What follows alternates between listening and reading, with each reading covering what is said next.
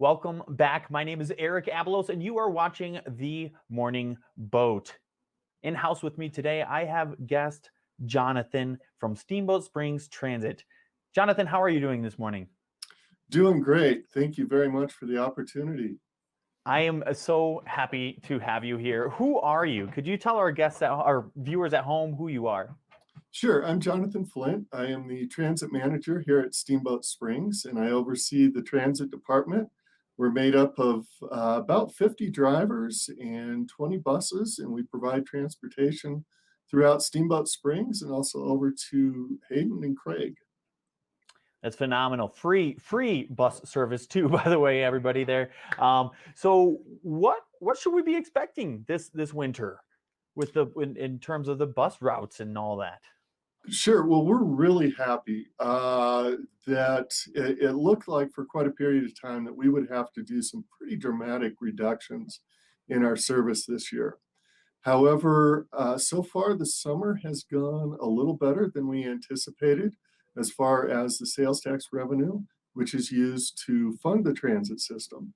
And so with that, we are able to reintroduce some of the service that, as I said, we were looking at cutting, specifically the blue line and the orange line that provide service from the downtown area through the mountain base area and out to the condominiums. So for people that are familiar with our service, it will look very similar to what we've done in the past. So the blue line is operating, red line, green line, and orange line. They start out roughly around 6 o'clock in the morning and operate until about 7 o'clock at night when we switch over to our nighttime service. And our nighttime service is running little shorter hours this year. Our last bus that departs from the downtown area departs at 11:20 at night, and then we have service coming back into town at about midnight. So there is a little reduction there. As far as the purple line and the yellow line, those will be operating similar. The yellow line is now all on call. There's no scheduled routes. Another thing that we are very happy about is we are introducing a new system. It is called Bus Rapid Transit, and we're calling this line the Express ST. It departs from the Stock Bridge, picks up in the downtown area only, and then after 3rd Street, it goes directly to the ski area. So it's going to offer a very quick trip to get passengers up to the ski area. It then drops off at the gondola base, picks up at the gondola base, and the first stop after departing the ski area is all the way down at 3rd Street, and then it will drop off in the downtown area and the Stock Bridge. It will operate in the mornings and afternoons, and we anticipate this is going to be another great alternative for people that are looking for a quick trip from either the downtown area or the west area up to the mountain base. Our regional service is also going to operate identical to what it did last year. We had 4 trips that came in from Craig each day, and then 4 trips that departed from Steamboat heading back to Craig each day. On top of that, the Colorado Department of Transportation is adding a busting service. This will be put in place after the first of the year, and it will operate from Craig through Steamboat all the way down to Denver, and there will be a trip daily on that bus. And it basically goes down to Denver in the morning, has a layover in Denver, and then departs in the afternoon back to Steamboat. So we're going to put that in conjunction with our regional service to offer even more service back and forth between Craig and Steamboat. So you mentioned that a lot of if we're familiar with the bus routes and the bus schedule, is it going to be the same schedule? Is it going to be, our bus is going to be picking you up every 20 minutes, or is it now every 40 minutes?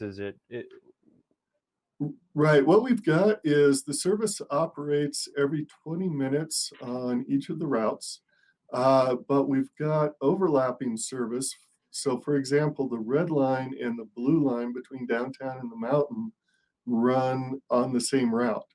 And they're offset every 20 minutes, but in combination, it provides 10-minute service between the downtown area or West Steamboat and the mountain. Out on the condo area, it is every 20 minutes. But again, on some of our most popular stops, basically going up Walton Creek Road, the orange line and the green line overlap. So again, we've got a higher frequency through those areas. All the service that we operate has at least a 20-minute headway. So That there's very frequent service. that's great. And that new route that you said is going to service downtown and just no stops, just straight to the mountain. Um, when does when does that interject? Is it like 10 minutes, 10 minutes, 5 minutes, 10 minutes? Does that make Exactly. sense?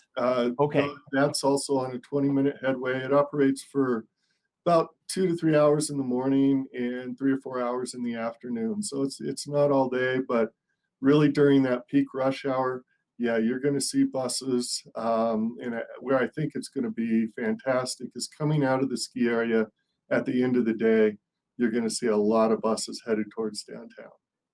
What is the restriction on the capacity currently? Sure. We've got a capacity limitation right now based on guidelines put out by the governor's office and the Colorado Department of Health and Environment, and that is looking for a 20% capacity. So for us right now on our local buses, that's about 15, 16 passengers on the bus. On the regional buses, we're operating with about 30 passengers, 25 to 30 passengers on those buses.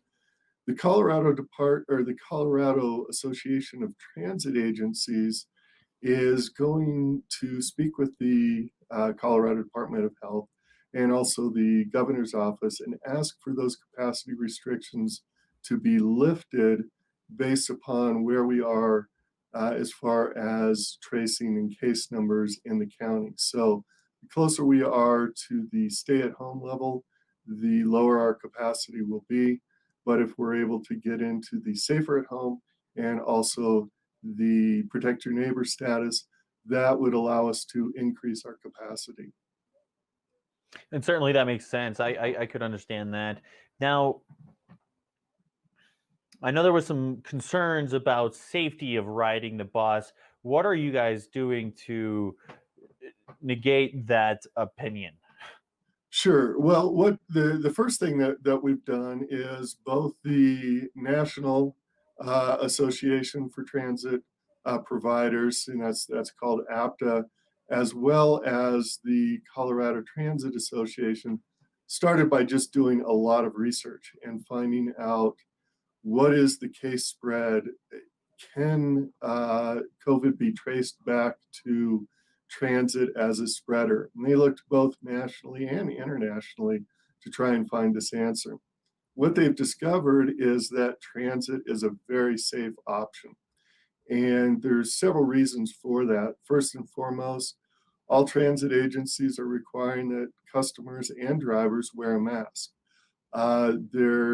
We're also doing things to increase the air handling on the bus. So basically, our overall air inside the bus is turned over, and without getting too technical, it's turned over 12 to 15 times an hour. The requirement that they're looking for is 5 times an hour. So turning over that air is very important. We also disinfect the high touch areas of each bus between loops. So every time the bus is at the stock bridge, the driver will get out and uh, disinfect the handrails, the stanchions, that kind of thing. All the buses are disinfected each night. Now, would you find yourself riding the bus? Is this something that like it's so safe? Even I, Jonathan, would ride the bus. Actually, I rode the bus yesterday, Yes. and I'll be riding it again later this afternoon. So I've been riding the buses regularly. I consider it to be safe. When I look at the customers that are utilizing the bus, they're getting on with masks. They're showing concern spacing, that kind of thing. Also, I'm incredibly proud of our staff. They're doing a great job of disinfecting, taking that extra time, wiping down the bus, doing the disinfecting protocols. So I feel very comfortable on the bus and utilize it. Um, Having a free bus system, you can't beat that for getting around this town. Perfect. And we also are getting a couple new buses. Can you tell me about that? Sure, we've got two new buses that just arrived. They are diesel electric hybrids. The bus is basically an all-electric bus. All the systems on the bus are electric, the generation, the power plant, and then we carry a diesel generator on board to provide that electricity. Some of the new things that we've got with these buses is we've got geofencing, so we can actually turn off the diesel generator. And we're doing it, for example, in the downtown area and up at the ski area base so that it helps operate the vehicles through there very quietly to help out with some of the noise that is generated in those areas. As I mentioned, everything on the bus is electric, so it's a very quiet ride and very nice for both the operators and the passengers. And this is part of our efforts that we're making to transition our fleet from both diesel and hybrid to all hybrid vehicles. And so these are the first two. We've got a total of 6 that we're looking at getting. Those buses should be in service here in the next couple of weeks. That's exciting stuff. Well, Jonathan, thank you so much for joining me on air this morning. I really appreciate you, and I know the people at home do as well. All right. Well, thank you very much. And again, excited to talk about our wonderful free bus system here in Steamboat. Guys, if Jonathan can ride our bus and feel safe doing it, so can you. So ride the bus today. Thank you for watching. Stay tuned. We have more show coming up to you right after this break.